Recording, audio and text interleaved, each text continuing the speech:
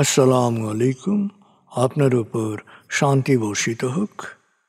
প্রিয় সুহৃদ, খতমে কামালের 21তম ধাপে আপনাকে স্বাগতম।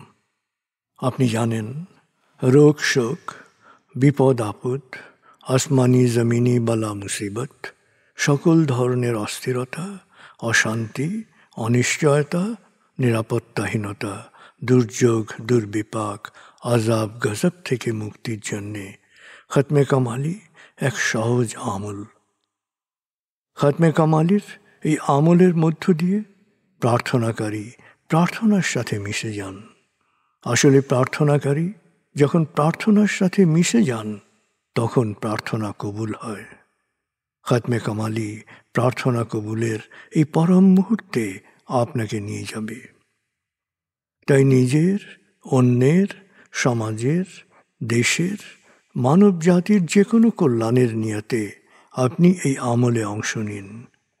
আপনি সকল বিপদ আপদ, বালা মুসিবত মুক্ত হন। আপনার জন্যে কল্যাণকর সকল দোয়া আল্লাহ কবুল করুন। সব সময় আল্লাহ আমাদেরকে তার রহমতের ছায়ায় রাখুন। এই কামনা করে আমি শহীদ আল বুখারী মহাজাতক খতমে কামালির পুরো প্রক্রিয়ায় আপনার সাথে থাকছি। আসুন এবার আমরা ডুবে যাই সত্যের গভীরে।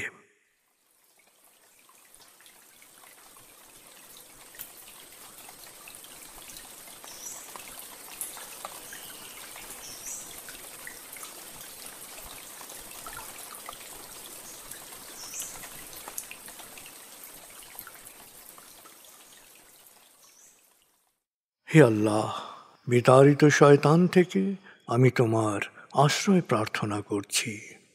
দয়াময় মেহেরবান আল্লাহর নামে। আয়াতুল মুলক। হে আল্লাহ, সকল ক্ষমতার মালিক, তুমি যাকে ইচ্ছা ক্ষমতা দান করো, যাকে ইচ্ছা ক্ষমতাচ্যুত করো, যাকে ইচ্ছা সম্মানিত করো, যাকে ইচ্ছা অপমানিত করো। তুমি সর্বশক্তিমান, সকল কল্যাণ ও মঙ্গলের আধার।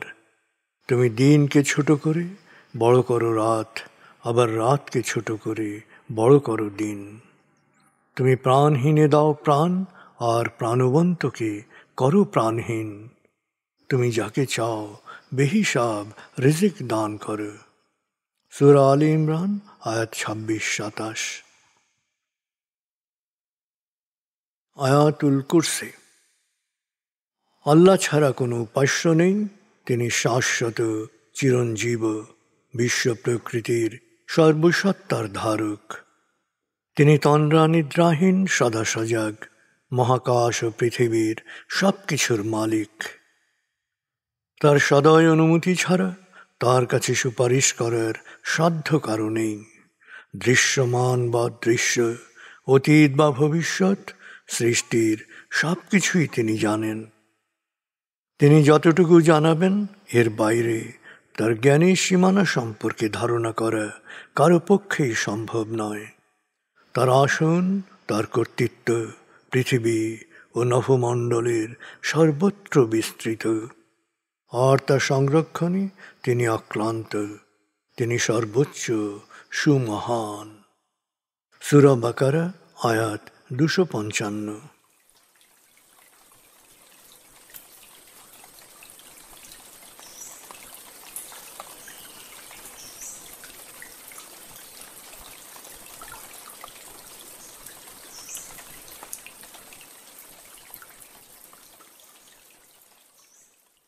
আসুন আমরা ধীরে ধীরে ডুবে যাই হৃদয়ের গভীরে নবী প্রেমে।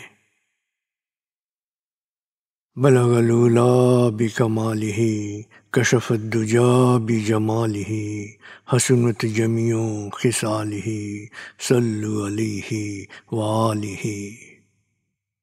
بلغ العلا بكماله كشف الدجى بجماله حسنت جميع خصاله صلوا عليه وآله।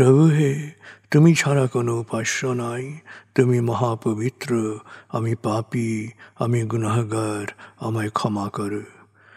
প্রভু হে, তুমি ছাড়া কোনো উপাস্য নাই, তুমি মহাপবিত্র, আমি পাপী, আমি গুনাহগার, আমায় ক্ষমা করো।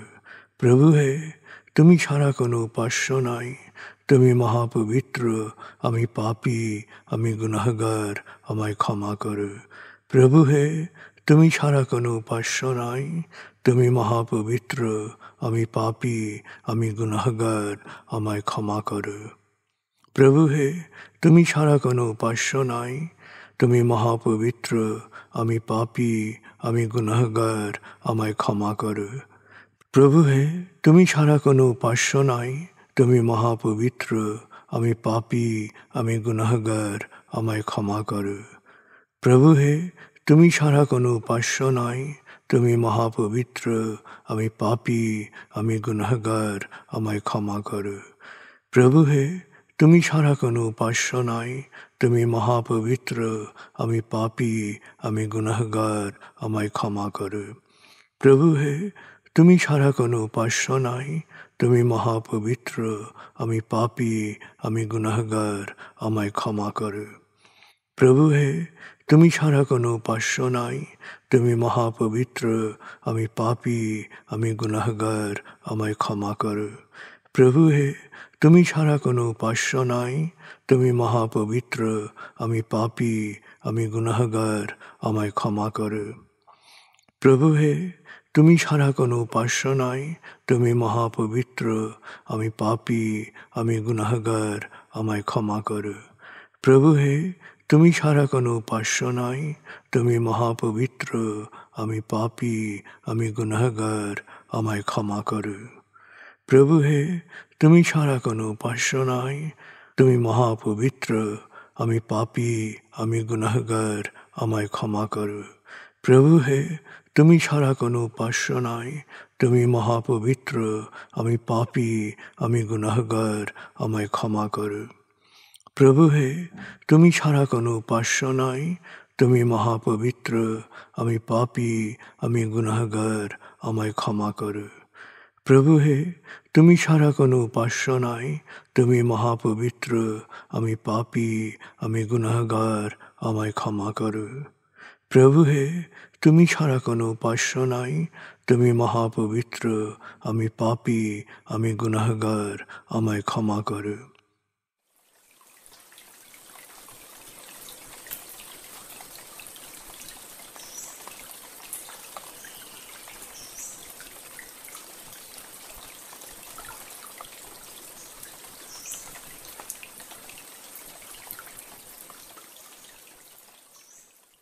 এবার আমরা সূরা তাকবীর এর মর্মবাণীর অংশ বিশেষে ডুবে যাব। তারপর ডুবে যাব আজকের জন্য নির্ধারিত সূরার তেলাওয়াত ও মর্মবাণীতে। 81 সূরা তাকবীর। দয়াময় মেহেরবান আল্লাহর নামে। যখন সূর্য অন্ধকারে ঢেকে যাবে, যখন তারকারাজি নিজেদের আলো হারাবে, যখন পর্বতমালা মরীচিকার ন্যায় উধাও হবে, যখন পূর্ণ গর্ভবতী উটনী পরিত্যক্ত হবে, যখন সকল বন্য পশুকে একত্র করা হবে, যখন সমুদ্রের জলরাশি স্ফীত হবে, যখন দেহে আবার আত্মা সংযুক্ত হবে, যখন জীবন্ত কবর দেয়া শিশুকন্যাকে জিজ্ঞেস করা হবে কি অপরাধে তাকে হত্যা করা হয়েছিল, যখন প্রত্যেকের আমলনামা দেখানো হবে, যখন আকাশের আবরণ সরানো হবে, যখন জাহান্নামের আগুন গনগনে লাল করা হবে, যখন জান্নাতকে দৃশ্যমান করা হবে, সেদিন প্রত্যেকেই জানতে পারবে কি পরিণতির জন্যে সে নিজেকে প্রস্তুত করেছে, বুঝতে পারবে কি করা উচিত ছিল আর কি করা উচিত হয়নি। সাক্ষী আবর্তনশীল নক্ষত্র, কক্ষপথে দৃশ্যমান গ্রহসমূহ যা এক সময় অদৃশ্য হয়, সাক্ষী রাতের অবসান মুহূর্ত এবং প্রভাতের আগমন কাল। নিশ্চয়ই এই কোরআন আরশের সার্বভৌম অধিপতির নিকট উচ্চ মর্যাদা সম্পন্ন সম্মানিত রসুলের মুখ নিঃসৃত, যার কথা অবশ্যই বিশ্বাসযোগ্য ও মানা উচিত।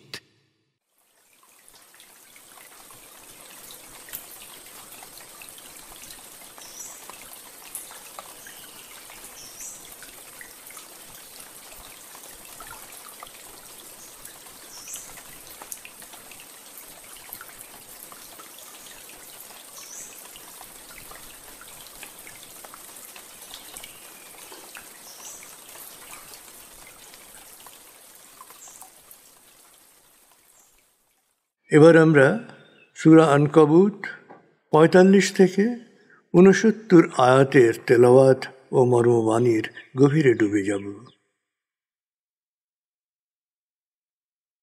২৯ সূরা আনকাবুত। বিসমিল্লাহির রহমানির রহিম। اتل ما أوحي إليك من الكتاب وأقم الصلاة إن الصلاة تنهى عن الفحشاء والمنكر ولذكر الله أكبر والله يعلم ما تصنعون. ولا تجادلوا أهل الكتاب إلا بالتي هي أحسن إلا الذين ظلموا منهم وقولوا آمنا بالذي أنزل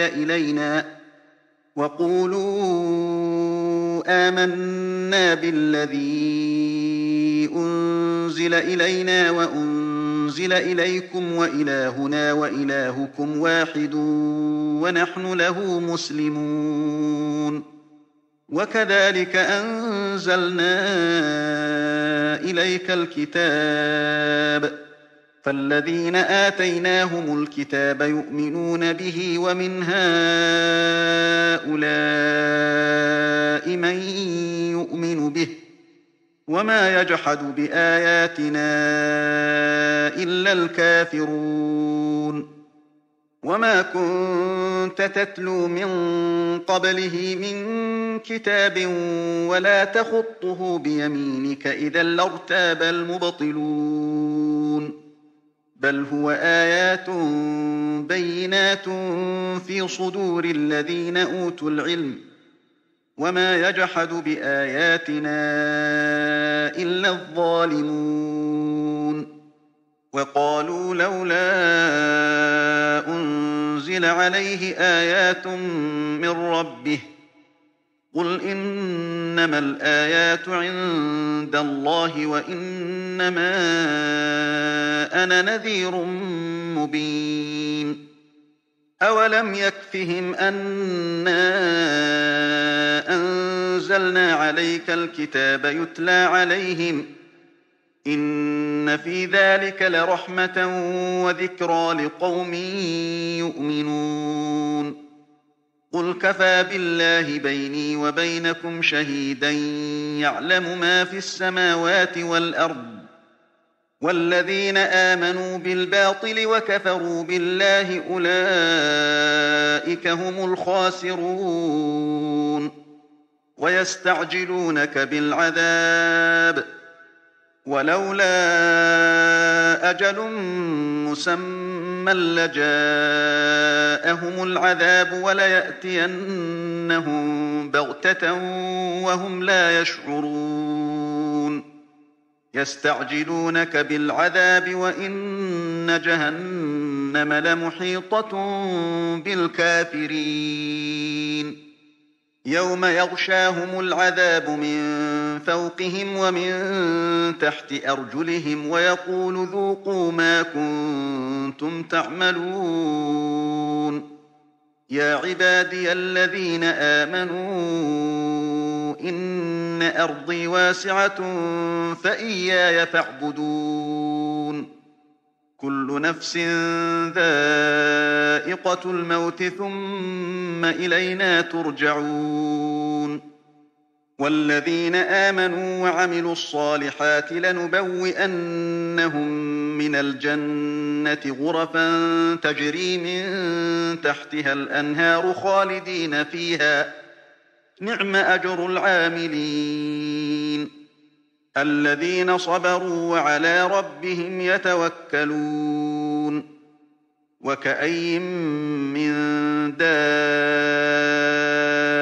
لا تحمل رزقها الله يرزقها وإياكم وهو السميع العليم ولئن سألتهم من خلق السماوات والأرض وسخر الشمس والقمر ليقولن الله فأنى يؤفكون الله يبسط الرزق لمن يشاء من عباده ويقدر له إن الله بكل شيء عليم ولئن سألتهم من نزل من السماء ماء فأحيا به الأرض من بعد موتها ليقولن الله قل الحمد لله بل أكثرهم لا يعقلون وما هذه الحياة الدنيا إلا لهو ولعب وإن الدار الآخرة لهي الحيوان لو كانوا يعلمون فإذا ركبوا في الفلك دعوا الله مخلصين له الدين فلما نجاهم إلى البر إذا هم يشركون ليكفروا بما آتيناهم وليتمتعوا فسوف يعلمون أولم يروا أنا جعلنا حرما آمنا ويتخطف الناس من حولهم أفبالباطل يؤمنون وبنعمة الله يكفرون ومن أظلم ممن افترى على الله كذبا أو كذب بالحق لما جاءه أليس في جهنم مثوى للكافرين والذين جاهدوا فينا لنهدينهم سبلنا وإن الله لمع المحسنين দয়াময় মেহেরবান আল্লাহর নামে। হে নবী, তোমার উপর নাজিলকৃত কিতাবের বাণী সবার কাছে পৌঁছে দাও। নামাজ কায়েম করো। মনে রেখো, নিশ্চয়ই নামাজ মানুষকে অন্যায় ও অশ্লীলতা থেকে রক্ষা করে। নিশ্চয়ই আল্লাহর স্মরণ জিকির সবচেয়ে ভালো কাজ। তোমাদের সকল কাজ সম্পর্কেই আল্লাহ জানেন। তোমরা কিতাবীদের সাথে বিতর্কে লিপ্ত হও না। তাদের সাথে সুন্দর ও অমায়িক আলোচনা করো। তবে কেউ বাড়াবাড়ি করলে তাদের পরিষ্কারভাবে বলো, আমাদের উপর ও তোমাদের উপর যা নাজিল হয়েছে তা আমরা বিশ্বাস করি। তোমাদের উপাস্য ও আমাদের উপাস্য একই, আর আমরা তাঁর কাছেই সমর্পিত। হে নবী, আমি এমনভাবেই এই কিতাব তোমার উপর নাজিল করেছি যাতে তোমার সম্প্রদায় এবং পূর্ববর্তী কিতাবীরা এতে বিশ্বাস স্থাপন করতে পারে। শুধু সত্য অস্বীকারীরা ছাড়া অন্য কারো পক্ষে আমার আয়াতসমূহ অস্বীকার করা সম্ভব নয়। কারণ তুমি তো ইতপূর্বে কোনো কিতাব পড়নি এবং নিজেও কোনো কিতাব লেখনি। যদি করতে, তাহলে অসত্যের পূজারীরা সন্দেহ করার কারণ খুঁজে পেত। সত্য এই যে বিচার বুদ্ধি প্রয়োগকারীদের জন্য এই কিতাবে সুস্পষ্ট নিদর্শনাবলী রয়েছে। শুধু হঠকারীরাই এই বাণী ও নিদর্শনাবলী অস্বীকার করতে পারে। এরপরও ওরা বলে, প্রতিপালকের নিকট হতে তার উপর কোনো অলৌকিক নিদর্শন নাজিল হলো না কেন? হে নবী, ওদের বলো, অলৌকিকত্ব তো আল্লাহর ইখতিয়ারে। আমি তো একজন সুস্পষ্ট সতর্ককারী মাত্র। অলৌকিক কোনো কিছুর প্রয়োজন কেন? ওদের কাছে পৌঁছে দেওয়ার জন্যে আমি যে কিতাব নাজিল করেছি অলৌকিক নিদর্শন হিসেবে, তাই কি যথেষ্ট নয়? নিশ্চয়ই বিশ্বাসীদের জন্যে কোরআন রহমত ও উপদেশ স্বরূপ। হে নবী, সত্য অস্বীকারীদের বলো, আমার ও তোমাদের মধ্যে সাক্ষী হিসেবে আল্লাহই যথেষ্ট। মহাকাশ ও পৃথিবীতে যা কিছু আছে সবই তিনি জানেন। যারা মিথ্যা মরীচিকায় বিশ্বাস করে ও আল্লাহকে অস্বীকার করে তারাই ক্ষতিগ্রস্ত হবে। ওরা তোমাকে আল্লাহর শাস্তি ত্বরান্বিত করার জন্যে চ্যালেঞ্জ দিচ্ছে। দিক, আল্লাহ যদি শাস্তির জন্যে সময় নির্ধারিত করে না রাখতেন তবে অনেক আগেই আযাব ওদের গ্রাস করত। অবশ্যই আকস্মিকভাবে অসতর্ক অবস্থায় আযাব ওদের গ্রাস করবে। ওদের উপর আল্লাহর শাস্তি ত্বরান্বিত করার জন্যে ওরা তোমাকে চ্যালেঞ্জ দিচ্ছে। ওদের নিশ্চিত থাকতে বলো, জাহান্নামের লেলিহান শিখা সত্য অস্বীকারীদের গ্রাস করবেই। সেদিন লেলিহান শিখা ওপর নিচ সব দিক থেকেই ওদের গ্রাস করবে। আর ওদের বলা হবে, দুনিয়ায় যা করেছ সেই কৃতকর্মের ফল ভোগ করো। হে বিশ্বাসী বান্দারা, আল্লাহর দুনিয়া অনেক বড়, সুতরাং তোমরা শুধু আমারই ইবাদত করো। মনে রেখো, প্রত্যেক প্রাণী মৃত্যুর স্বাদ গ্রহণ করবে, তারপর তোমরা আমার কাছে ফিরে আসবে। অপরদিকে যারা বিশ্বাসে স্থাপন করেছে এবং সৎকর্ম করেছে, আমি অবশ্যই তাদেরকে জান্নাতে সুরম্য ভবন দান করব, যার পাদদেশে থাকবে প্রবহমান ঝর্ণাধারা। সেখানে তারা থাকবে চিরকাল। সৎকর্মশীলরা আল্লাহর উপর নির্ভরশীল ও ধৈর্যশীল, তাদের জন্যই পুরস্কার কতই না সুন্দর। দুনিয়ায় বহু প্রাণী খাদ্য মজুদ রাখে না। আল্লাহ তাদের ও তোমাদের সবাইকে রিজিক দান করেন। তিনি সব শোনেন, সব জানেন। অধিকাংশ মানুষকে যদি তুমি জিজ্ঞেস করো, কে মহাকাশ ও পৃথিবী সৃষ্টি করেছেন এবং সূর্য চন্দ্রের গতিপথ কে নিয়ন্ত্রণ করছেন, ওরা অবশ্যই বলবে আল্লাহ। আফসোস, এরপরও ওরা বিভ্রান্তি ও শিরকের আত্মপ্রতারণায় ঘুরপাক খাচ্ছে।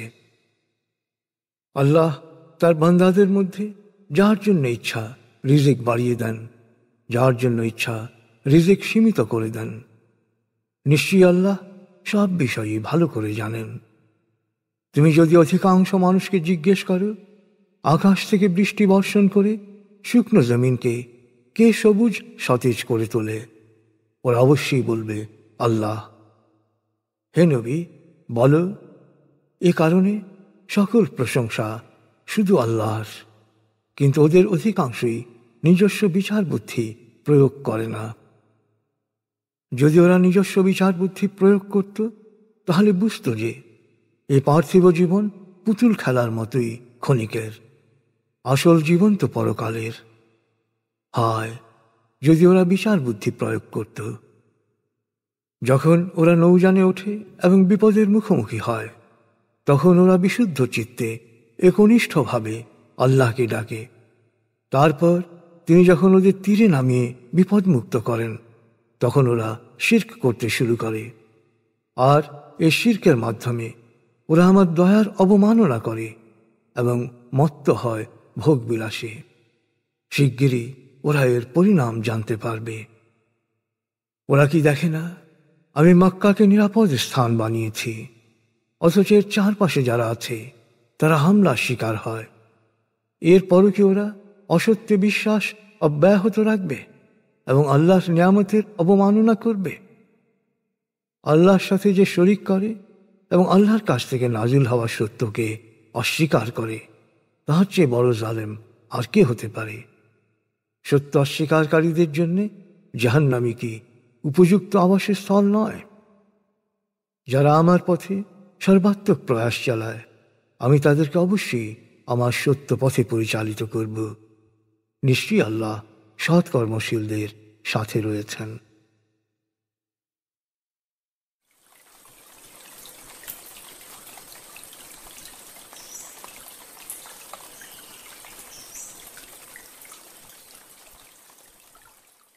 আপনি এতক্ষণ মর্মবাণীর গভীরে ডুবেছিলেন।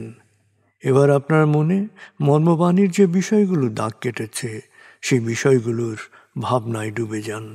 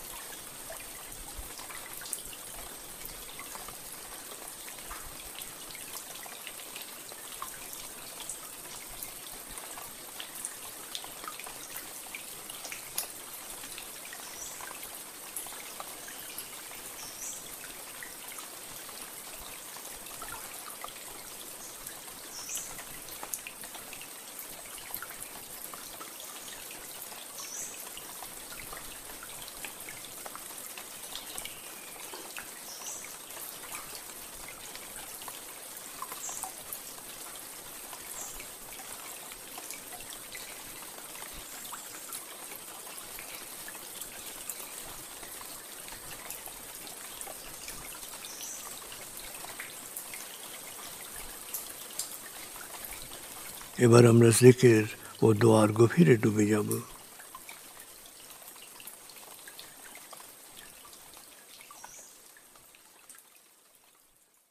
এবার হালকাভাবে চোখ বন্ধ করুন, লম্বা দম নিন, নাক দিয়ে দম নিন, আস্তে আস্তে মুখ দিয়ে দম ছাড়ুন। দম নেবেন পেটে, ছাড়বেন মুখ দিয়ে। দম নেওয়ার চেয়ে দম ছাড়তে সামান্য বেশি সময় নিন। দম নিতে নিতে ভাবুন প্রকৃতি থেকে অফুরন্ত প্রাণশক্তি শরীরে প্রবেশ করছে, আর দম ছাড়তে ছাড়তে ভাবুন শরীরের সকল দূষিত পদার্থ বাতাসের সাথে বেরিয়ে যাচ্ছে। নাক দিয়ে দম নিতে নিতে ভাবুন প্রকৃতি থেকে অফুরন্ত প্রাণশক্তি শরীরে প্রবেশ করছে, আর মুখ দিয়ে দম ছাড়তে ছাড়তে ভাবুন শরীরের সকল দূষিত পদার্থ বাতাসের সাথে বেরিয়ে যাচ্ছে। দম নিতে নিতে ভাবুন প্রকৃতি থেকে অফুরন্ত প্রাণশক্তি শরীরে প্রবেশ করছে। দম ছাড়তে ছাড়তে ভাবুন শরীরের সকল দূষিত পদার্থ বাতাসের সাথে বেরিয়ে যাচ্ছে। দম নিতে নিতে ভাবুন প্রকৃতি থেকে অফুরন্ত প্রাণশক্তি শরীরে প্রবেশ করছে, আর দম ছাড়তে ছাড়তে ভাবুন শরীরের সকল দূষিত পদার্থ বাতাসের সাথে বেরিয়ে যাচ্ছে। দম নিতে নিতে ভাবুন প্রকৃতি থেকে অফুরন্ত প্রাণশক্তি শরীরে প্রবেশ করছে, আর দম ছাড়তে ছাড়তে ভাবুন শরীরের সকল দূষিত পদার্থ বাতাসের সাথে বেরিয়ে যাচ্ছে। এবার দম স্বাভাবিক হতে দিন। স্বাভাবিকভাবে নাক দিয়ে দম নিয়ে নাক দিয়ে দম ছাড়ুন। আপনার অঙ্গ শিথিল ও নিষ্প্রাণ হয়ে আসছে। এবার নাক দিয়ে ধীরে ধীরে দম নিয়ে বেশ সময় নিয়ে ধীরে ধীরে নাক দিয়ে দম ছাড়ুন। দম নেওয়ার চেয়ে ছাড়ায় সময় একটু বেশি নিন। ধীরে ধীরে দম নিন, ধীরে ধীরে দম ছাড়ুন। ধীরে ধীরে দম নিন, ধীরে ধীরে দম ছাড়ুন। ধীরে ধীরে দম নিন, ধীরে ধীরে দম ছাড়ুন। ধীরে ধীরে দম নিন, ধীরে ধীরে দম ছাড়ুন। ধীরে ধীরে দম নিন, ধীরে ধীরে দম ছাড়ুন। এবার দম স্বাভাবিক হতে দিন। আপনি এখন দম খেয়াল করুন। বাতাস নাক দিয়ে ফুসফুসে প্রবেশ করছে, আবার বেরিয়ে আসছে। আপনার পুরো মনোযোগ নাকে দমের প্রবেশ পথে দিন। বাতাস স্বাভাবিক যাওয়া আসা করুক, আপনি শুধু দম খেয়াল করুন।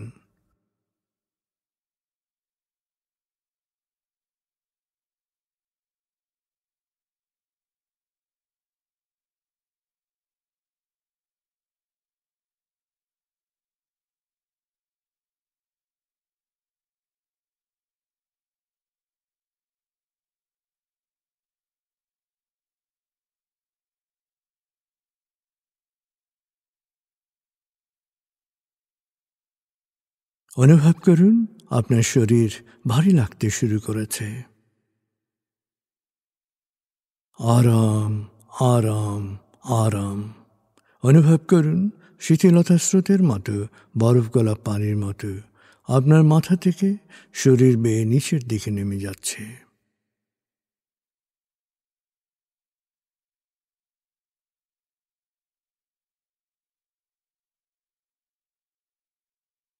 আপনি এখন পুরোপুরি শিথিল। শিথিলায়নের গভীর স্তরে প্রবেশ করেছেন আপনি। আপনার ব্রেন ওয়েভ বিটা স্তর থেকে নেমে গেছে আলফায়। মনের বাড়ির পথে আপনি এখন আলফা স্টেশনে এসে পৌঁছেছেন। এই স্টেশনে আপনার জন্য রয়েছে বিশেষ ওয়েটিং রুম। আলফা স্টেশন থেকে আপনি এখন মনের বাড়িতে যাচ্ছেন।